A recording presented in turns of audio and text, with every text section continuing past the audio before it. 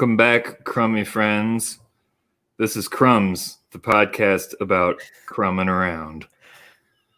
I'm Ryan Joseph Anderson. And I'm Brian Johannesson. Together we are Ryjo and Brajo. That's very professional. Thank you. If you guys don't know this, all of our episodes are up on Spotify and other podcasting platforms. And I did like a brief listen and realized that we have never once introduced ourselves. So that's who we are.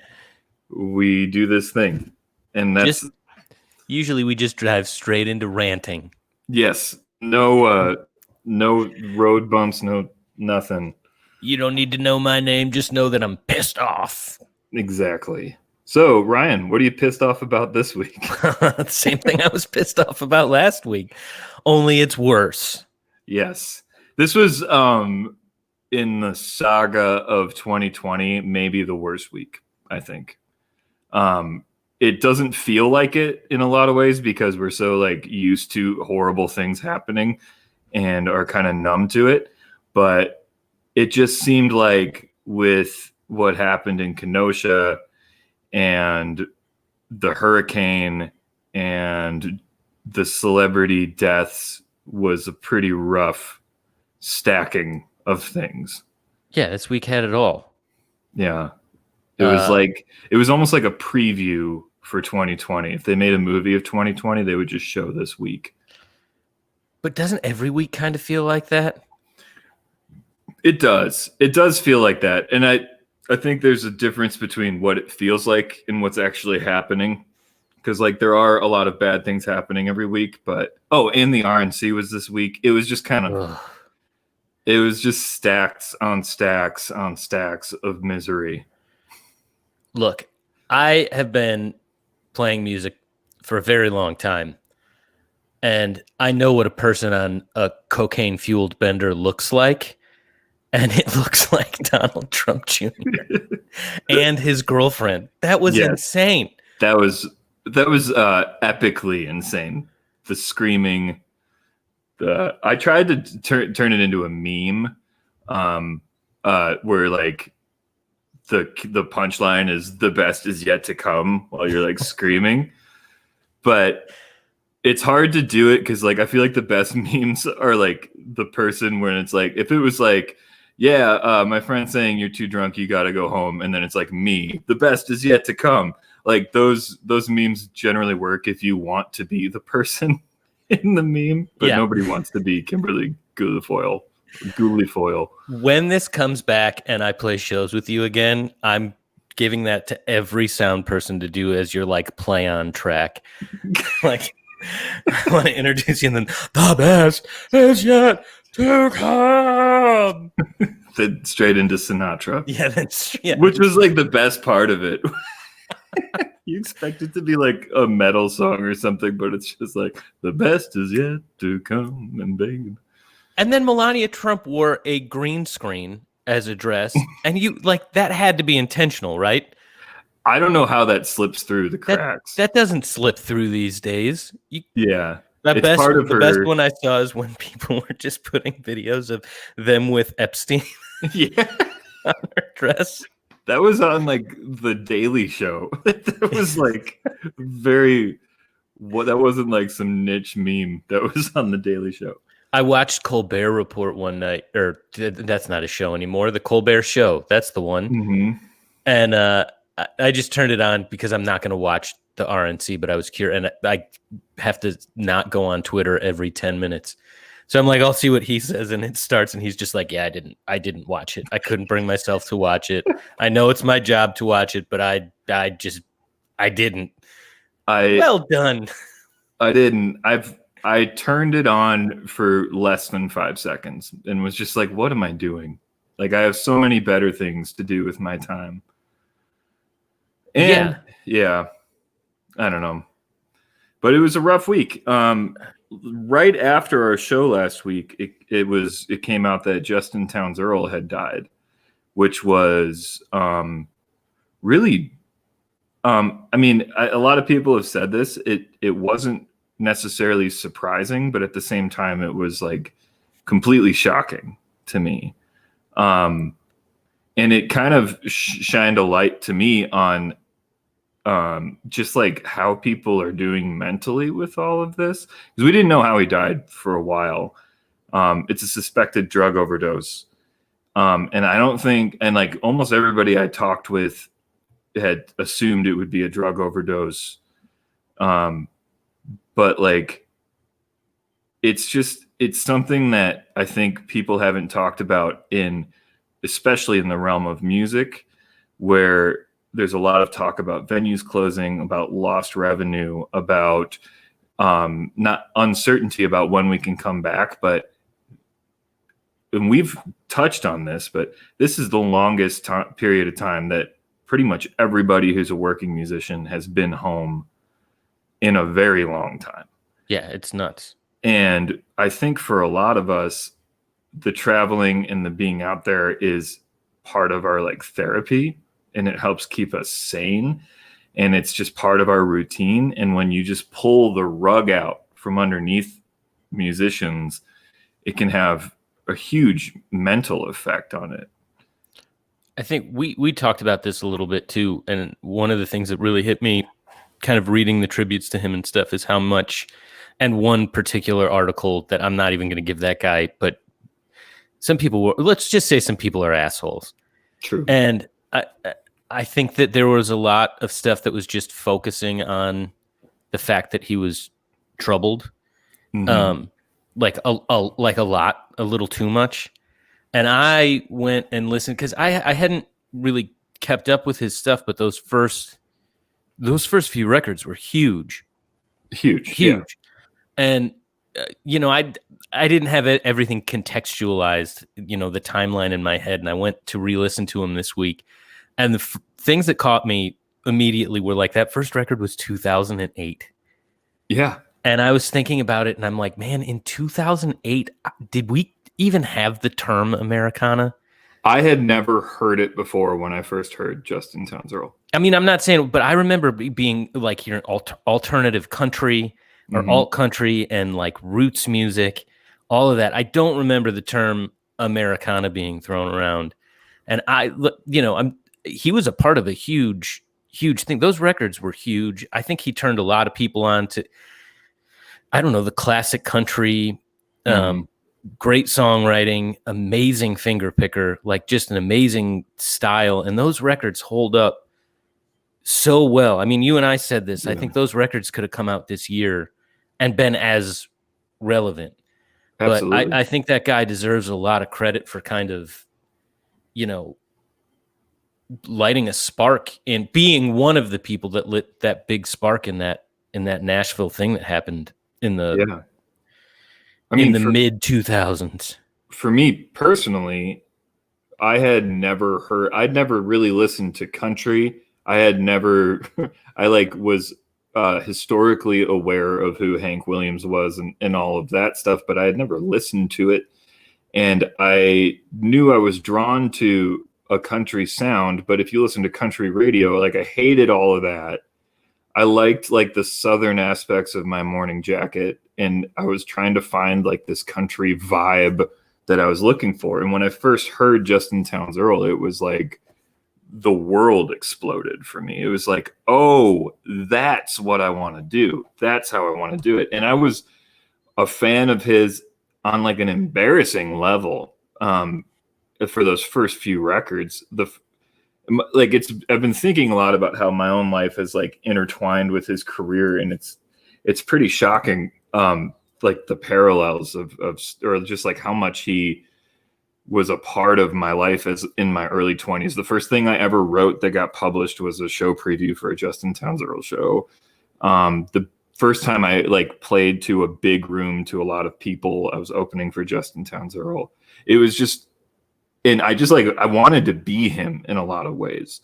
And when I finally got to meet him, when I opened for him, it was clear, obviously like this guy's going through a lot. He had just gotten sober. It was, oh man, it would have been maybe a week or two. It must have been a couple days after Harlem River Blues came out, or after Nothing's Gonna Change the Way I Feel About You Now came out.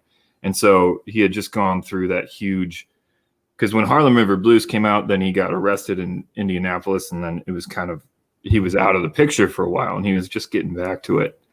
And I remember thinking, like, oh, I don't want to be that, right? I don't want to be, as, you know, he was having as hard a time as he was, with just keeping a conversation and with trying to be normal on the road. And so, like, as someone who has dealt with like depression and anxiety and stuff, and with 2020 being the way it is, like, getting the news that he died was like a weird kind of like a wake up call for me, for like how serious this year is on like a personal level for people.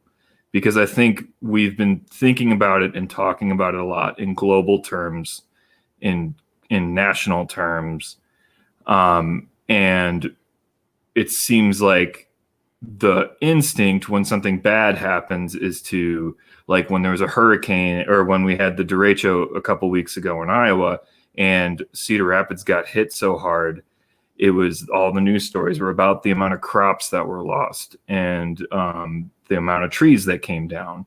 But there weren't a lot of stories about the people who are literally sleeping in tents outside of their apartment complex.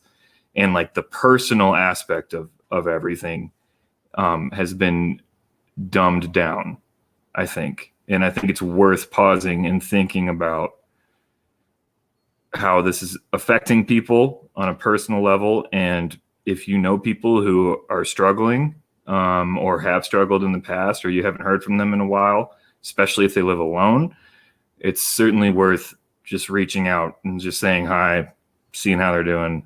And it could make a big difference, because they said they found Justin Sunday, and they only went because a friend hadn't heard from him since Thursday. And that's a long time. That's a long time for anybody to be alone. So check in on your friends and make sure they're doing all right, because it's a heavy year. Listen to Mama's Eyes. Listen to Mama's Eyes. Listen to all those Justin records. That is a monster song. It really is. But yeah, it's funny when you talk about that, like, the personalizing things. That seems to come up a lot this year, and that it's always, whatever it is this year, whether it's even like COVID deaths, it seems like people have that, they're otherizing it. That poll where like 57% of Republicans said it was a reasonable number of death. Yeah. But all that says to me is like, okay, does that mean 57% of Republicans don't know somebody who died?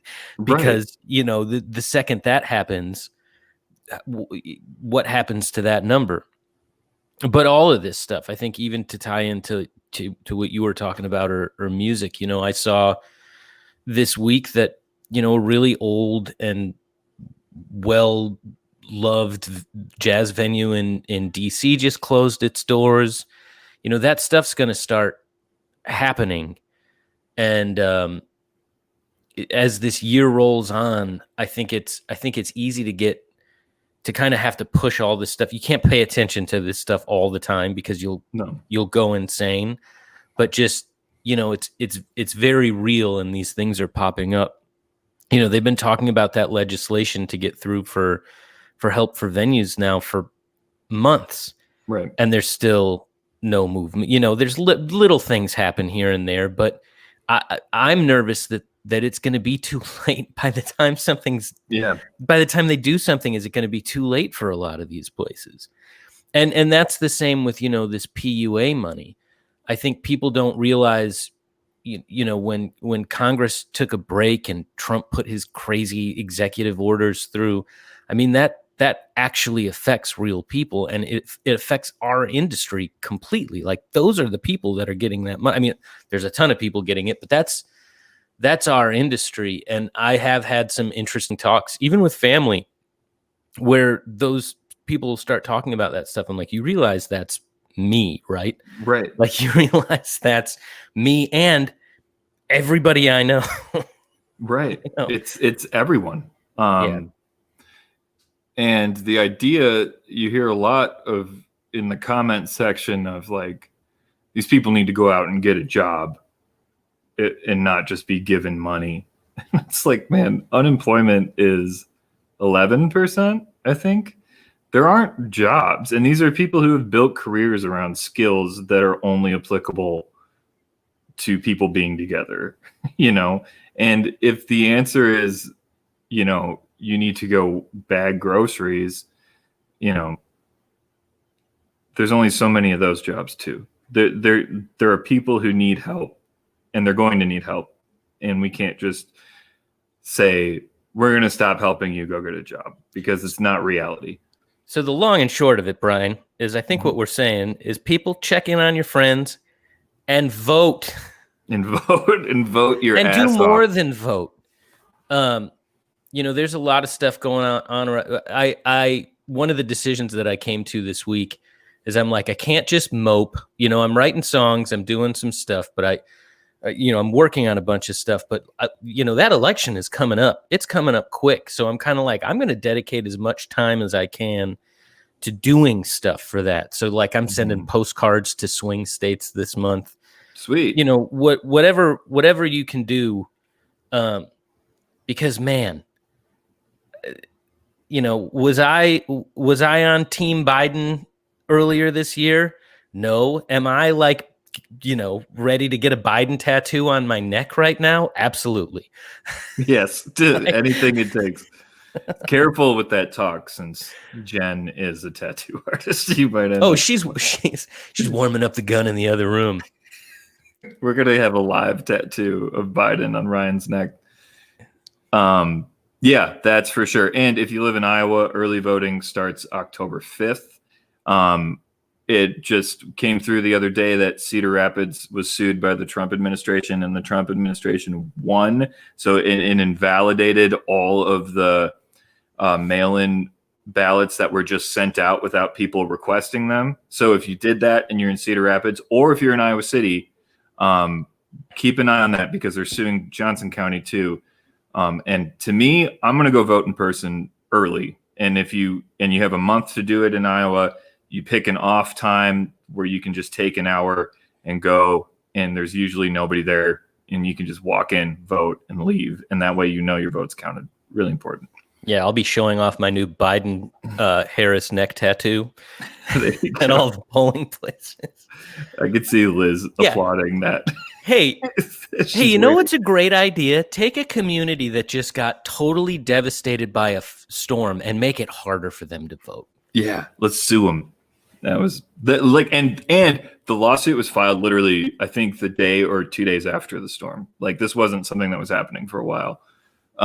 So they want people to be in the dark about it. So, yeah, there you go.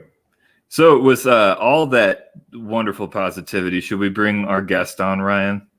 Yeah, let's lighten the mood a little bit. Jeez. Let's lighten the mood. Our guest this week is singer-songwriter Elizabeth Moen from Iowa City, Iowa. It's a pleasure to have her with us. Please give a big round of applause, Elizabeth Moen. Hey. I've been meaning to download an applause sound so we could put it in there. I should set up a synth that just has the one hand clap thing on it, and then just hit that, play people on it. There you go. How's it going, Liz? Oh, it's good. I'm just ready to be just a beam of positivity for you. To really Yes. Hey, we haven't had positivity on this show in months. It'll be worthwhile. Well, I'll do my gosh darn bestest to not be a little Debbie Downer. Hell yeah. No, that's what this show is all about. It's a safe space for downers. I mean, that's really... When we get down to it, that's what we do. I drink a lot of coffee and I rage. So Liz, how are things going musically? You've been posting a lot of videos, doing a lot of live stream stuff. Do you feel like you're scratching the itch in the basement? I mean, yeah. So I live in my aunt's basement. I have for the last 6 months. Because before the COVID times, I was just on the road so much that for the last like 2-3 years, I didn't have a place, because I was like, why would I spend money on rent when I'm never here? Mhm. And then we were about to go to South by Southwest, and then we got the news, and then I was like, "Oh shit, I should have a place." Yeah. But luckily my aunt has this guest room. It's now pretty much my room. And yeah, I borrowed some gear from some friends, and I've returned most of it because they weren't expecting me to be borrowing it for this long. But yeah, I've been learning, keys. A friend of mine has been showing me, like, teaching me about synthesizers. Um, Dabbled with the drums and the bass. The bass that I have was like $30 at a pawn shop, so it doesn't really work. But you know, yeah, it's been it has been productive in the way that I don't think it has been for me in a long time. I think I really love playing shows, and I love being on the road. I love that aspect of what it means to be a musician, probably the most, aside from songwriting. And I think all of this time off has enabled me to dig deeper than I typically can. I think dig deeper in songwriting and also dig deeper into my own brain. I think, Mhm. like you were talking about earlier, the road can be a great place to also avoid stuff. And I think I was avoiding plenty of things, and I have the privilege to have, a place to stay. I have the privilege to have a therapist who lets me kind of like pay what I can, Mhm. and that has been really important for me. But yeah, I go through spurts these last 6 months where, like, I'll just be noodling around on guitar, not really like writing anything, and then bam, there's a week where I write like 5 or 10 songs. And That's awesome. then yeah, and now I know, and I don't know, this might be a little TMI, but another part of the whole like mental health journey through COVID is I finally like saw a psychiatrist because I was like, am I normal? Am I not? If I'm not normal, that's fine, but I just want to know what's going on in my brain. And I talked with him, and I was like, "What's up? Just tell me. And no matter what it is, I will embrace it, but I have to know." He was like, "Okay, so you've got," this is like exactly what he said. He said, "You have a sprinkle of depression and a touch of ADD." And I was like, "Oh my god, that makes so much sense." You have a sousant of I'm getting a little hint of I like the Yeah. Yeah. idea that of going to therapy and being like, am I normal? And then being like, no. No, And that's yeah. it. Like, oh, all I right. I had Yeah. a, I had a similar experience. I started doing therapy for the first time in my life in all of this, and I went in and I talked for an hour straight, and then was like, "So," and she was like, "Yeah, yeah, you're gonna want to come back." And I was like, "All right, okay, cool." And it's been See, awesome. It's been a great experience. that's good because That's I great. just go on walks with Jen and I do my own analysis of myself to her. Here's what I think my issue is. Let's hear it. Oh, there's so many. We don't have time now, but like I should probably do that to not Jen. Yeah, sure. Yeah, somebody who like can Yeah. tell you if you're crazy or not. Well, It's go ahead, Liz. Sorry. oh no, oh god. Uh, like that's kind of like how I feel what therapy is sometimes, and like I hope this isn't too like disgusting, but it's like you have to vent, you have to have like an emotional dump. And the way, like, when people are like, "Oh, I went to therapy once and like I didn't get enough out of it, like it didn't work for me," and it's like you're not going to take one shit and then be done for the rest of your life. Like, you have to like consistently go in and have your emotional dump, and sometimes it's going to be real messy and you're going to cry, and then sometimes it's going to be, pretty easy and you just get it done. And it's Right. like that is how I try and treat therapy, is like it is a constant thing that will be with you for your life, like self-work, and it's not going to be done forever, but you just gotta keep going in and, getting that emotional dump. But sometimes emotional dumping, like with like, I think that's what friends, partners, family members are there for. We're all here for each other to like vent to and have someone to talk to. But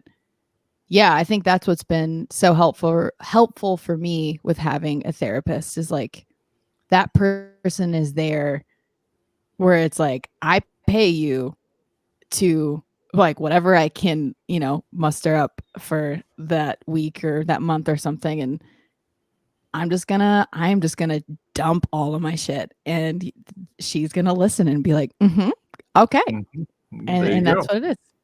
I And feel it's- like we specialize in emotional dumping on this show. Bust out the toilet paper because we're going for it. But I think it's interesting to talk about because I think about this stuff a lot in songwriting, and that, I think sometimes it's easy to get stuck in this trap where it's like you can excuse yourself for not taking care of your mental health because you think it's helping you write or be creative. Like you get caught in this like cycle of, yeah, it's dark, I'm not doing great right now, but that's what my songs are for. I'm that's what I do, take my emotional dumping into these songs. And then it'll happen like now when things are really dark and it's hard, maybe that's not the place for songs. I don't know. I'm babbling, but like I think that mental health, having good mental health doesn't preclude you from writing good music. Exactly. Yeah, it's like you like I mean, I used to date people where in hindsight I'm like, did I just prolong that because like I was just so into how shitty this was because I knew it was going to make a good song? Like I think that's a really valid question to be asking, and I think you can have the best of both worlds. I think you can write songs that help you like have like some self therapy and get some stuff out, but I don't think it can be someone's only tool.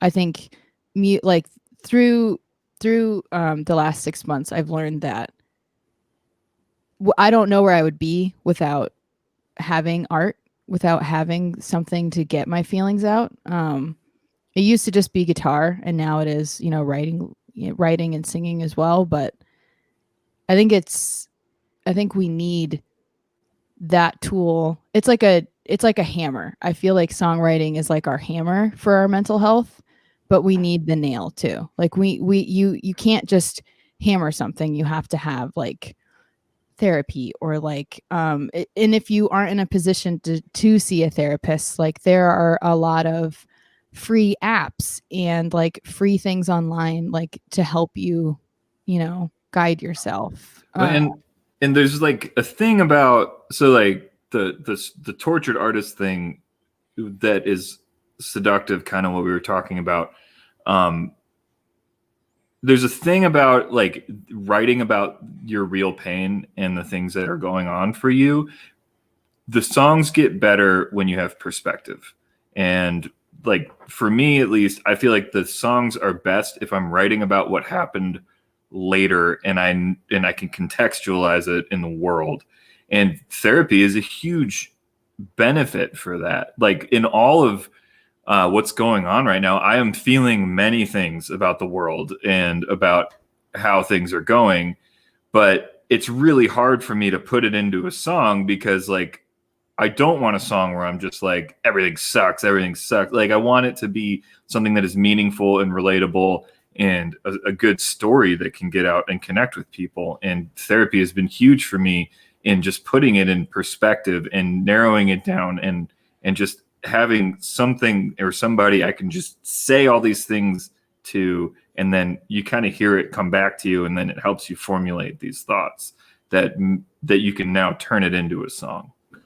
My friend Sarah Potenza and I had a conversation. She gave me like one of the best songwriting tips. I forgot where, but years ago we were talking about this, and I was going through just writer's block. Like I couldn't find anything to write, or I just felt like everything I was writing was kind of the same thing. And she gave me the best tip, and she was like, we have to think about input and output. And sometimes those things don't happen at the same time. Sometimes your input, like what you're inputting, isn't really helping you create. Like are you conscious of what you're putting in, and how does that help what you put out? And I think that a lot of times we feel the pressure as writers to be productive, like that you have to be completing something, but we're really not conscious about the steps that we're taking to get there. And it could be from like what you're reading to what you're listening to like therapy, to like making sure that you're okay. Yeah. So I guess I'm going to start going to therapy, guys. You should, Ryan. It's awesome. Yay! Or Yeah. even if not now, like one thing, like social media has been, I mean, it's a very intense place right now. I feel like this stuff on my page is either, like just like it's either very intense news things that is very emotionally taxing, or it's just like the regular news feed, which is also just like not really good for your brain. And so I've been following like therapy Instagram pages. And so that way, like those are sprinkled into my like when I'm just scrolling, it's like, oh, like there, or like I'll follow some like mantra pages, and so it's like I just get these little refreshers. So like while I'm scrolling and absorbing all of this stuff, I get little like reminders to, like take deep breaths, or like like I don't know, just like little things like that to help reset my mindset on the internet, because the internet right now is really the only way we can like interact with the world. Right. Like, I'm in the middle of nowhere. Like I am in the woods. Like I am in the middle of goddamn nowhere. Like the only way I can know what the hell is happening is if I go on Instagram, or not just Instagram. Oh my God. But like the internet. Yeah. And it's interesting because it is the only way we can connect with each other. And for the first time in my life, I feel like I am recognizing that the internet is dangerous. Like, in a way that like is not controllable on your end. I always thought like, oh, you see what you want on the internet and you pick what you want to see and you can kind of consume it that way. But like the other night during the protest, when that kid in Kenosha shot those people, I had been reading my book. I was getting ready to go to bed. I pulled out my phone just before I went to bed. I opened Facebook and there was a live stream of that protest, and I clicked on it like an idiot. And within 30 seconds, I was seeing the shooting happen in real life. I was seeing the kid run down the street. I was seeing him shoot people. And it's like, it's just dangerous. And I think that I fall into these traps thinking that it is my duty as a person of this planet that I need to be aware of what's going on. And I think it's okay for you to say, I don't need to know everything that's going on. I think it's okay for you to not read every article. And because it will just like get you going down a road that is extremely dark. And it's like a black hole for hope if you end up trying to consume everything. So like, be careful who you're following. You don't want to open your phone and see like murder happening in real time. Yeah. That's my public service announcement today. Yeah, or just be like, before you open up your phone, like do a self check-in and be like, am I in a space to see something intense? Or if you're or if you are like scrolling and like reading articles and like you feel you feel yourself starting to get like, ramped up, whether you're upset or like you start like, sometimes if I am reading stuff and like feeling a lot, like my my heart will go a little faster and I'll start sweating. And then that's my body telling me, let's finish this article because you should be informed, but maybe not right now. Maybe right now is when you go hang out with your little cousins or like make a sandwich or I don't know. Well, and think about why. What are you doom scrolling? Are you looking for bad things? Because that is like something that we do, like biologically in our heads as a defense mechanism. We look for bad news. We look for bad things that are happening because we would rather know about them than be afraid of them. Or I don't know exactly how it works. My therapist told me all about it, and I forgot. But it is something that like I have to check. Like if I'm already in kind of a bad mood and I pull my phone out and open Instagram or Facebook, I will find myself just quick scrolling through positive things, through other things, like looking for that article that's like, well, here's the shit today. You know, like we gotta kind of check your intentions too when you're going out there. Like what is your oh sorry, Ryan, what were you gonna say? No, go ahead. Oh, I was just gonna say a thing to keep in mind is like someone close to me pointed this out. They pointed out where are their safe emotions, and they said that their safe emotions are anger and frustration. And I said, well, my safe space is like sadness and fear. And I feel like a lot of what the news cycle and what a lot of social media is right now are those safe emotions that like, and so I also go down that rabbit hole where like, it's very quick for me to go online and go into that safe emotion. And it takes a lot of practice and like self-work to get out of it. And I think it like with songwriting, I find it when I go through something that makes me sad or makes me fearful or both, it's very easy for me to write the song. Like it's and I think self-work has also enabled me to write about other things and also other things other than myself. Like I'm now starting to write songs that are about the perspectives of other people and like stories of other people. And I think that's just another example of what self-work can do in this time, is it can like show you where your tendencies are, whether with social media, with your feelings, with your songwriting, really with anything. It all comes back to like personal growth and yeah wow because I sit in that, like I sit in this like anxious lane a lot, and I think that feeds into writing. Like I write from an anxious place. Like I love songwriting. I think it's one of my favorite things to do, but doing it, like even the act of doing it makes me anxious. Like the act of writing, there are moments where I'm sitting there like, ugh. You know, if it's not going the right direction, I can send myself down a path. And if I'm doing that in the middle of like, you know, the weirdest thing to catch myself doing is like, I'll be working on a song. It's not going the way I want it. I get a little anxious and I'll flip my phone on and go to Twitter. And then I'm just like, what am I doing? I feel worse. Like, this is not helping me at all. And so I've been doing different things now, like just thinking about that input thing. I stay informed. I'm on top of it all, but I don't want to distract myself. Like there's a difference between being informed and connected to the world and distracting yourself from what you're doing.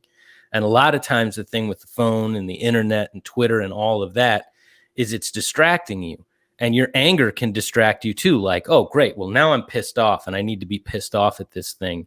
And that's my excuse for not finishing what I'm working on. You know, it's really easy to go down that path. And so I've been trying to find other things that can help trigger creativity and not just distract me from it. Which that has been interesting here. in writing in the time of COVID has been a lot of trying to change my process, like trying to get away from the way that I thought I had to write songs for a long time. And I'm trying to do different things. And Liz, it sounds like you're kind of having a similar experience, like shifting a little bit in how you approach writing. Like an internal renaissance, or like an artistic renaissance. And I think that's like the hope for that I have. I'm so glad to like hear that's what you're doing as well. And I think, or I hope that a lot of people can find this. I think because all of our careers are plateauing inevitably. I mean, we can't tour, we can't really do what helps you do this. I think the career part of an artist is important, and I'm not trying to invalidate that, but the most important piece is the fact that you make art and that's what you do. And trying to take this time where the, career or whatever is plateauing, take this time to, go this way, or like have an incline in your artistic growth. And that can be pivoting, that can be like changing your, like how you write, or like, your style, your genre, whatever. But it can also, that can be your process with your self growth. But oh no, I was really going somewhere with this thought, and then it kind of got all going. Like zigzaggy. But like what is the point of making art if you just keep making the same thing? Right. And if it's always coming from the same place, if it's always the same, and that's not to that's not to belittle. If someone finds a style and that's their style, that's great. If they write songs with just C, D, and G forever, that is fucking awesome. And I'm not belittling that at all. What I'm trying to say is like, what about your art can you grow with, and like what kinds of new art can you make that's gonna just reinforce the fact that no matter what, you're making art and you're an artist, and that's all that matters. And the whole career part and the whole like capitalist aspect of art is not what matters. What matters is like the fact that you have the opportunity to like sit down and write a song that means something to you, and that like you get done with it. And yes, you were in that like anxious space, but when you're finally done with that song, like you, like Ryan, Brian, anyone can like, that's one of the best feelings, is when you finish something and then you like record a version of it, just to have on your phone or whatever. And you're like, wow, I did that. Hell yeah. Well, and I mean, this is a really rare opportunity to be able to take the time with these things, because we're so in this culture of like output, record cycles and touring, that it's rare to be able to sit and take time. And if it's not working right now, it will, but just really to be able to be patient with creativity. That is something that is happening here that's kind of interesting that I'm embracing a little bit. I sent, I was working on a bunch of songs for a new record, and I sent a number of demos to a friend, and his response was really great in that he's like, man, I like these, just notes from a friend. But one of the things that he said is like, I think you can really benefit, because I think we're all used to that process where you write X amount of songs and then you're like, I've got a record, right? But now we have time to be like, oh, well, maybe I don't need to rush to do this. Maybe I have more than I need. And then maybe that changes. Maybe the idea of what I was doing shifts a little bit. That's really rare to have the time to do that. I mean, Liz, you were on the road all the time. When was the last time you were able to like sit with just your music like that? Oh gosh. Oh my goodness. I just like smacked my face with the mic. I mean, not since I was in college. And even like I'm 26 now. I started songwriting um 5 years ago, almost to the day, and I was still at the University of Iowa, and I was working at the time like 3 jobs, taking like 20 semester hours. So go, go, go, but also writing songs. And then I graduated and was like, all right, now I'm just gonna tour. And I like hopped on a plane and went to Dublin and like made some friends and crashed on couches. And then like pretty much right after I graduated, I started go, go, go. But even when I don't think I've ever, that's what I'm trying to say, is I've never, and even before college, like not just sitting in like music, but like when I was in middle school, high school, I was that kid who was in like every fucking thing. I was like vice president. I was the president of like all the choirs. I was in show choir. I was in the musicals. I was in speech. I was in debate. I was like, top 5% of my class for like school. And I don't think that's because I was smart. I think that was just because I was go, go, go. And like, it's just like, I have never given myself the chance to just breathe. And when you finally get the chance to breathe and breathe with your art, it's like, it's intense. And at first it was really scary. I was having a lot of like panic attacks and like existential like moments in the woods. I would just be on a hike and be like, oh my God, and just like cry to like the trees. like what am I doing? But after that, it's like it's actually really great to just take your time and like just have fun with it. Like at the end of the day, getting to make art and getting to play music, it's really fun. And I feel like the go go go part takes away from the fun, and it also like learn to have fun with yourself again with your art is really special. To like I also feel like I've always been avoiding just being alone with myself. Like maybe I thought I didn't like myself, and COVID has really helped me become a friend to myself again and be like, hey, you don't suck that bad to hang out with. Like I would hang out with you. And I'm like, thanks, man. I'm like, yeah, thanks. And like, I don't know, like it's at the end of the day, getting to just sit with your guitar outside and just dick around on the guitar is really, it's really a great thing to get to do. And all this free time has hopefully reminded us to not take advantage of that. I mean, there's a lot of stuff that I think we've taken advantage of, and not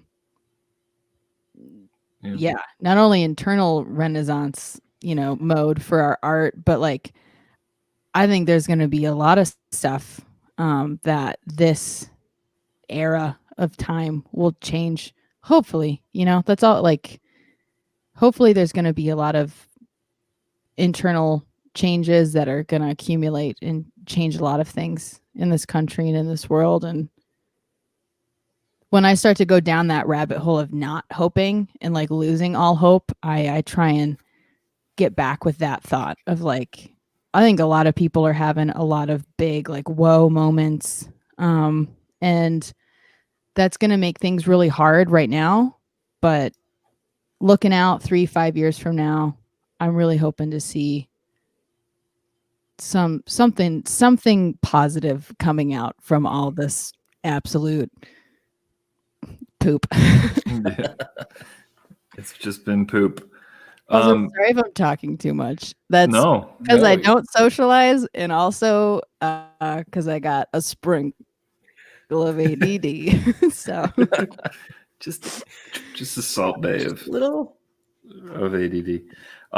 Right before this all hit, you had been working on a record in San Francisco for a while. Where are you at with that? Is it kind of like, I feel like if it was me at this point, I'd be like, I'm not even doing that record anymore because that's how my attention span works. But like, have you been working on it from home or how's that going?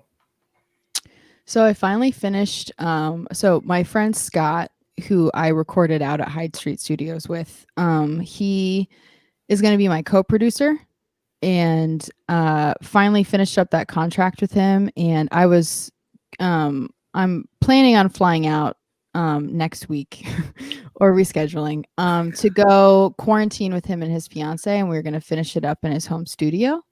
Oh, cool. Because I've been working on an EP here that's finally finished. I recorded it sometimes here in my aunt's basement, sometimes at Flat Black Studios. And then some other friends around the country sent in their stuff, also recording in their basements. And I've also been working on like some weird, like synthy, like post-punk, like almost pop stuff with a friend. And then I'm Sweet. also like, I have like a handful of like really wordy Bob Dylan-y like country songs.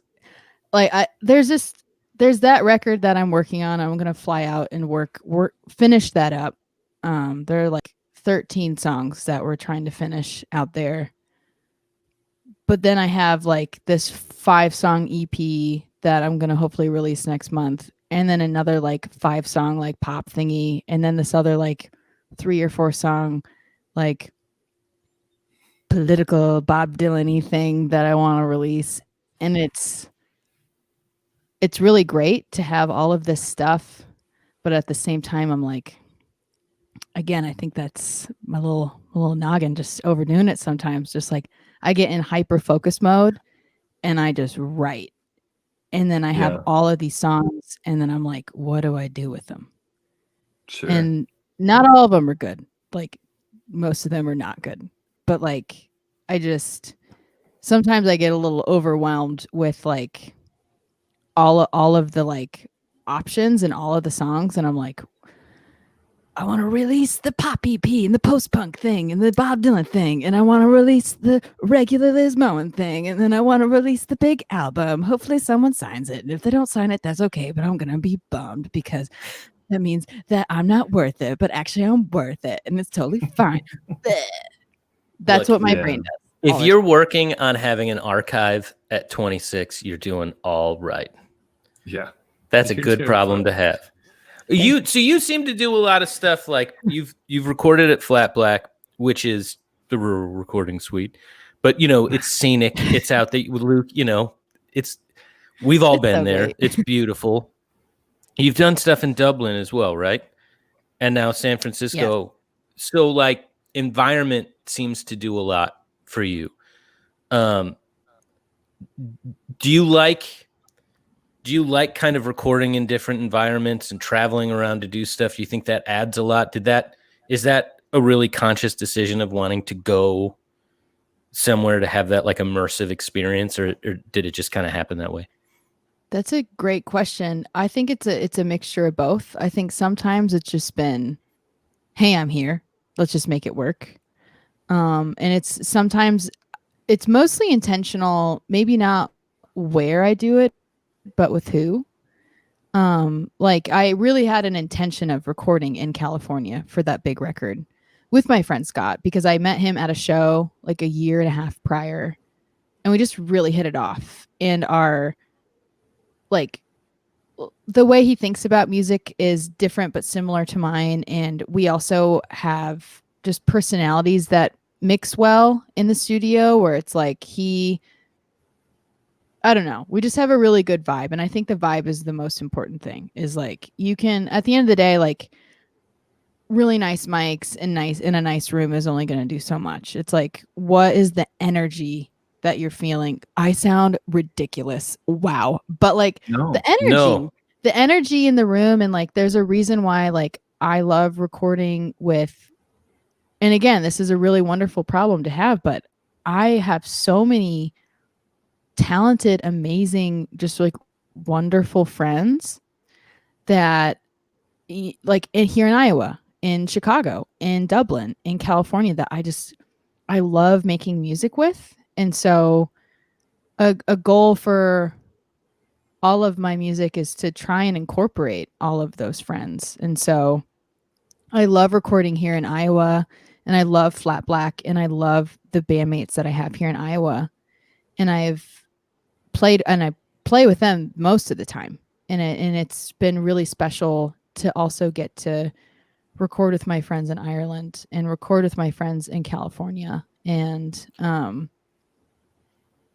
yeah, there's just like, again, like you said, like I'm just 26. I am, like relatively young, although I don't feel young anymore. But like I don't there's a think lot. anybody feels young anymore. No, but there's a lot of time, and there's so many different people and places and songs. Like you don't have to do it the one way. And if people always record in the same place with the same people always, again, if that's your thing that you've found, that is awesome. And I think I've definitely found that here in Iowa. I've found that at Flat Black. Like I love getting to go there and like hang out with my friends and be in that space. But I also love the opportunities to, like we had a super last minute opportunity when we were touring down south to get a half day at Fame Studios.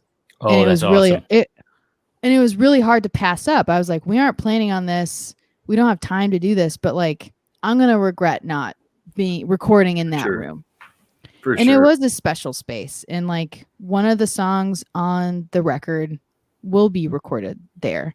And also some instrumentalists are recording at Flat Black for the big record. So like is the bulk of it recorded in San Francisco at Hyde Street Studios? Yes. But are these other amazing places incorporated in it? Yeah. And I think some Irish friends are going to send over some stuff recorded in Ireland as well, in Dublin. And I think that's what makes this big record the most special to me is it's taken the most time. It's the most thoughtful thing I've made. And it also incorporates like 30 plus people who inspire me and also are just really great people. Like that's another thing is like being a musician, like you get to meet a lot of just really nice people, like good people. Like they're nice, but they're just good. And yeah. Are you able to this stuff that well then like with this project, kind of when you have this giant pile of songs, do you have it in your because it's an awesome position to be in, but I'm wondering when you have these songs and you have these people all over the place in these studios, are you kind of conscious of like, oh man, this one, the Dublin crew would be all over this one. Like I want them to work on this tune, and like this tune definitely has like my guys here. Is that pretty thought? You kind of know that up front when you're working on a song, like, oh man, I know. Yes. That's awesome. Yeah. Yeah. It's and I understand that this, predicament that I'm in is I'm not taking it for granted. Yes, right now my brain is in like hyper like output mode. And I know that, maybe in a year, maybe in a few years, I'm not going to be in output mode. I'm going to be maybe in input mode where like I'm absorbing and I'm not just like writing all these songs and going all these places. So right now I'm just trying to like take advantage of that and make the most of it. And yeah, just try and go with the flow because I'm really not good at that. And I'm trying to just learn how to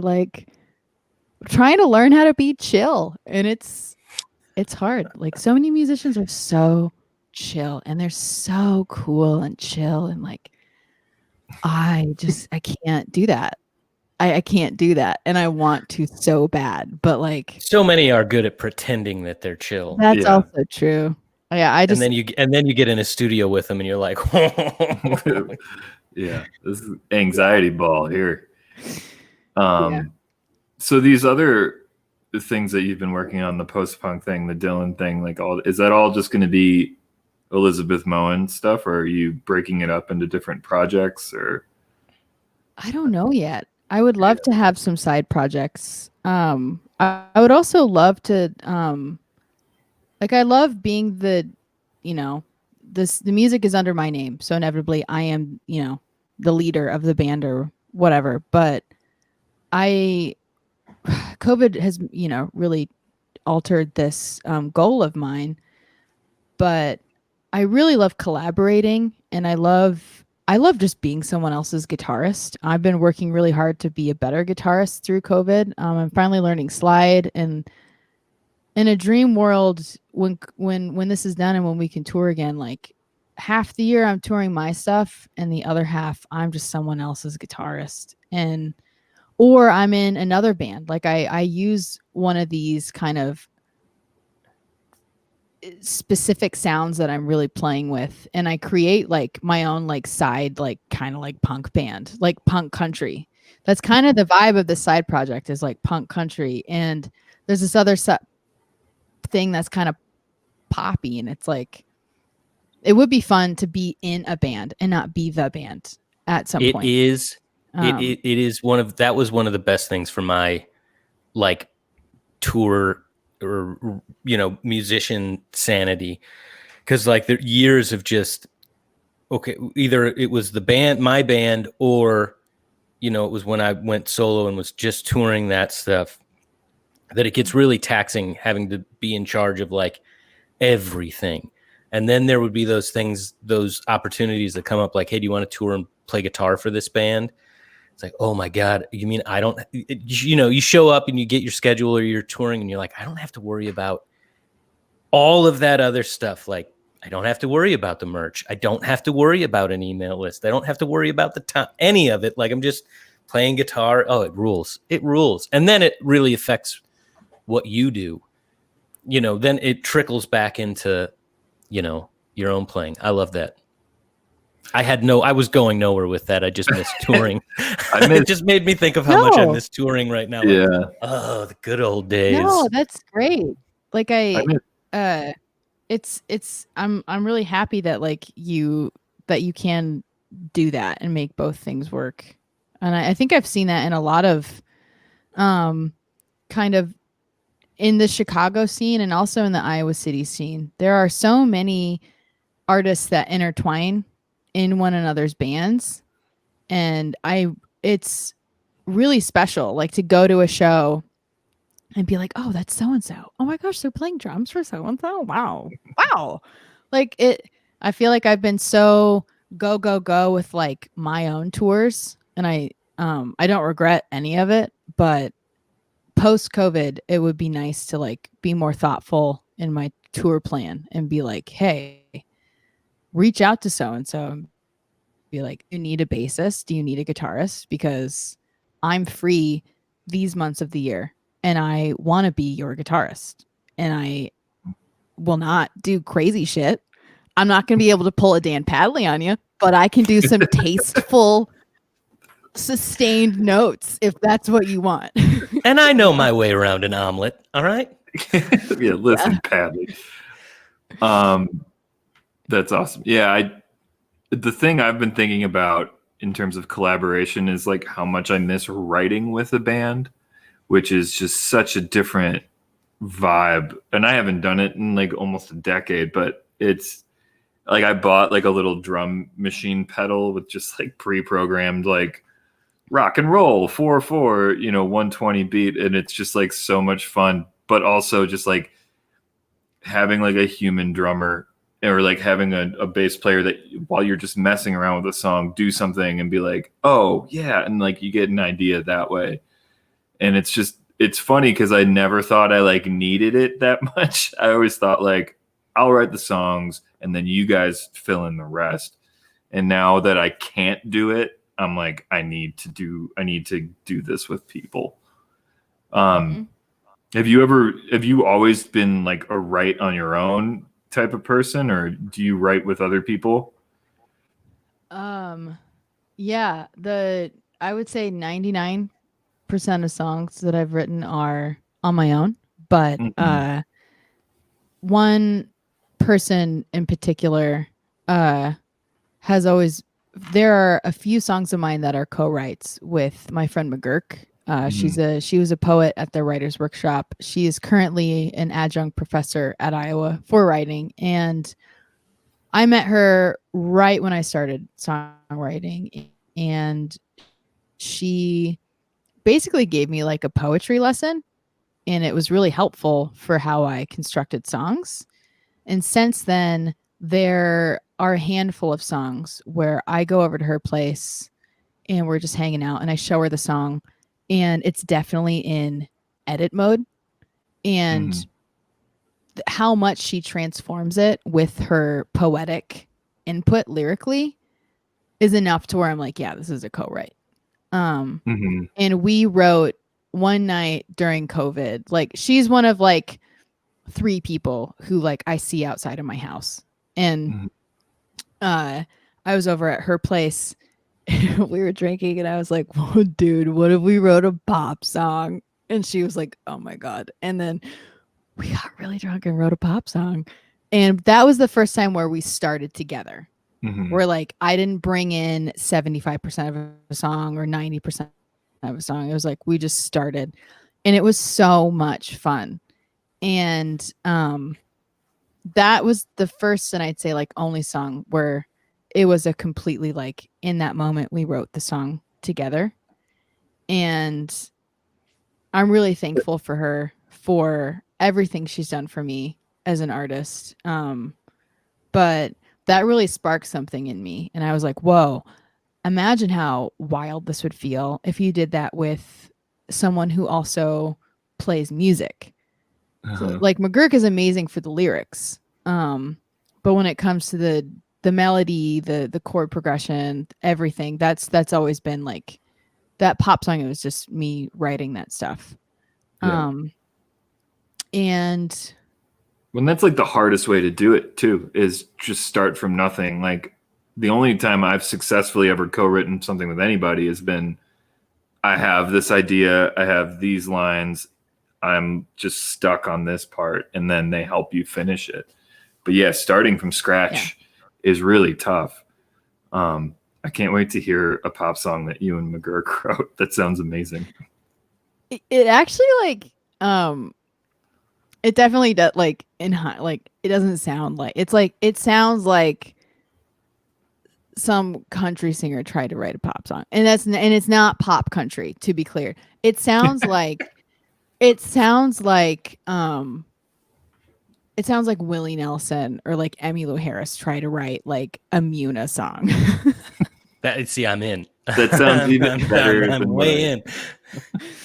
You guys kind of touched on something that I want to ask both of you about, because I think right now a lot of people are really conscious about or thinking about where they live. I know a bunch of musicians who have moved out of New York City in the past few months and had kind of realizations that when this happened, like, it's not exactly where they want to be close to New York City, but they value some other things. So I know there's a bunch of people moving like to, upstate. People in Chicago, I hear, are moving kind of out. People are moving. What is it about Iowa City, you guys?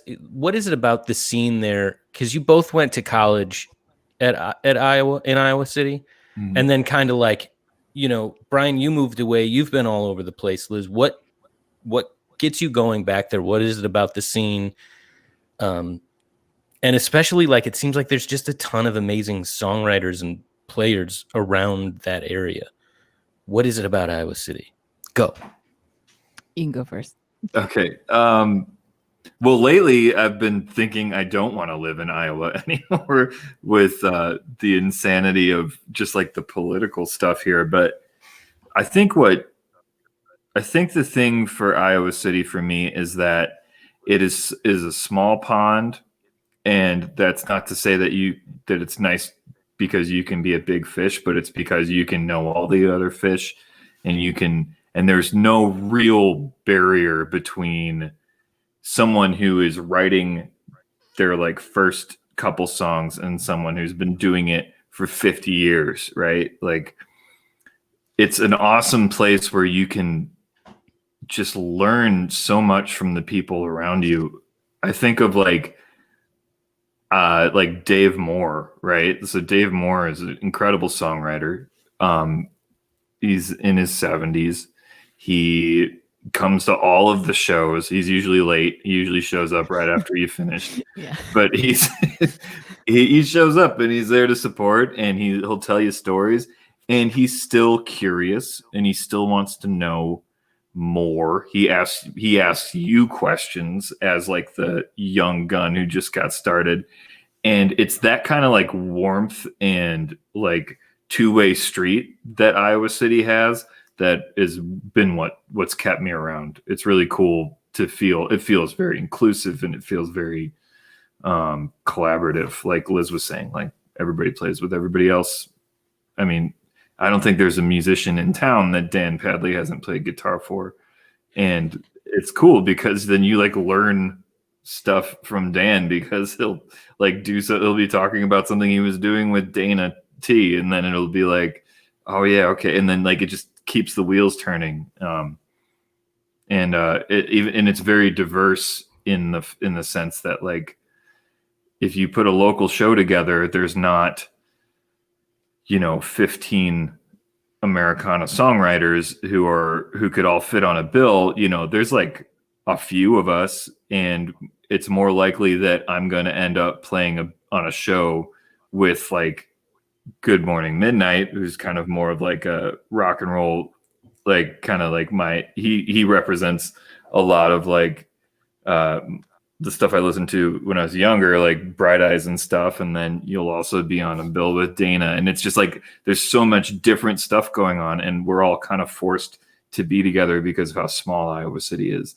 And that's really cool. Cause then I feel like if I was in Chicago or New York or LA, or when we were in Nashville, all I ever heard was stuff that sounds a lot like what I'm doing. And it started to shape the way I did things in a way that was really basic. And I started thinking, when I write a song, I want to write a song that would win an Americana Music Award or something. Yeah, you're thinking about what you're supposed to be exactly writing. And sure. There's nothing you're supposed to be doing, and nobody's doing what you're doing. And so it's great because you just kind of you change. I just talked for a long time. Liz, what do you think? I know. I feel the same way about Iowa City. I think it was coming from a small town not near, but like in Iowa. I had always, it's not that I didn't fit in, but I really had a hard time being myself and like really connecting. And Iowa City, it's where I went to college. So it's where I, made my college friends. It's where I, started working at a restaurant downtown. And like, if you've ever been to a college town, like that's, you get into that bar scene pretty easy. And, like my first show was at the Mill, and I'd never played like a real show before. And, it was sold out. And that's not because of like anything other than the fact that is just how supportive Iowa City is. That's where I made all my, like the people who were in the audience weren't people who didn't know me. It was my friends from the 4 restaurants I had worked at. It was my friends from class. It was my family members. I do have a lot of family in Eastern Iowa.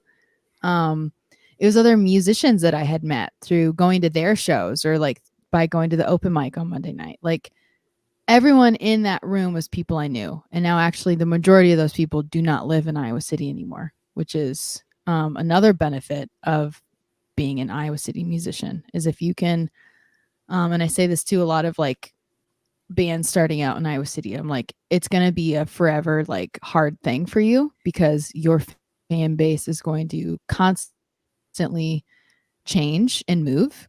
And so you're going to like make these new fans, and then a year later they're gone. But wherever they move, they're going to come to your show. So if you can like really push and like hustle and like get those tours set up, you'll know that you've got 15 people down in Austin, because those people went to Iowa and now they live in Austin and they're going to come to your show. And so,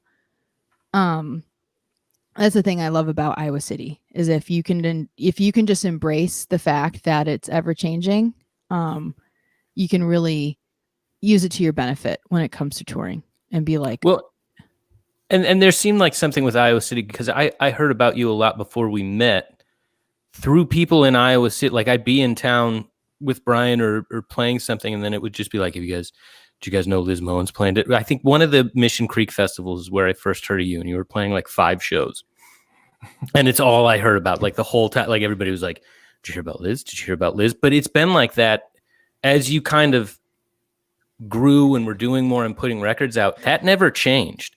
Like, I think Iowa City, I think it's cool to see what you've done there, because it seems like Iowa City takes a lot of pride in what you do. I mean, when your last record came out, I think it was in Iowa City the day it came out, and everybody was talking about it, which, you know, that's kind of amazing to have a community support, like, be behind you like that. Like, it feels like people are invested in what you do. I mean, you played, you know, I think you played that release show at the Englert then, right? Yeah. Did that? Yeah, that's awesome. And I think people were like, you know, fans and excited to see that happen, where, you know, Chicago gets excited for people, but it's not like that. Yeah. Well, and it's like, it's a two-way street. No. And I do think our go ahead. I was just gonna say, like, the like, a thing to note, even for Chicago, like, a big chunk of my friends and fans are in Chicago now, and like, we play, like, our last Englert show, it was not a release show, but, like, you know, there were almost 500 people there, and I was like, whoa, this is like, every year we get more and more. That's good. That means we're growing. But then, like, kind of a similar thing is happening over in Chicago, where, like, we played Shuba's, X amount of people came. The next year we played at Shuba's and it was sold out. And so we played Lincoln Hall, and then there were like X amount of people at Lincoln Hall in February. Like, that was our last, like, big show, was we played Lincoln Hall. It was not sold out, but it was definitely full. And that's when I saw some growth. Like, when that one city outside of Iowa City that we can, like, really see this growth, has really made me consider, like, do I want to be spending half my time in Iowa City and half my time in Chicago? Because I do think like, having that city as well show us that kind of support, which I agree, like, you're not going to see that kind of, like, we're rooting for you support, I think, in a big city as you would in Iowa City. But that seeing that kind of support specifically in Chicago has made me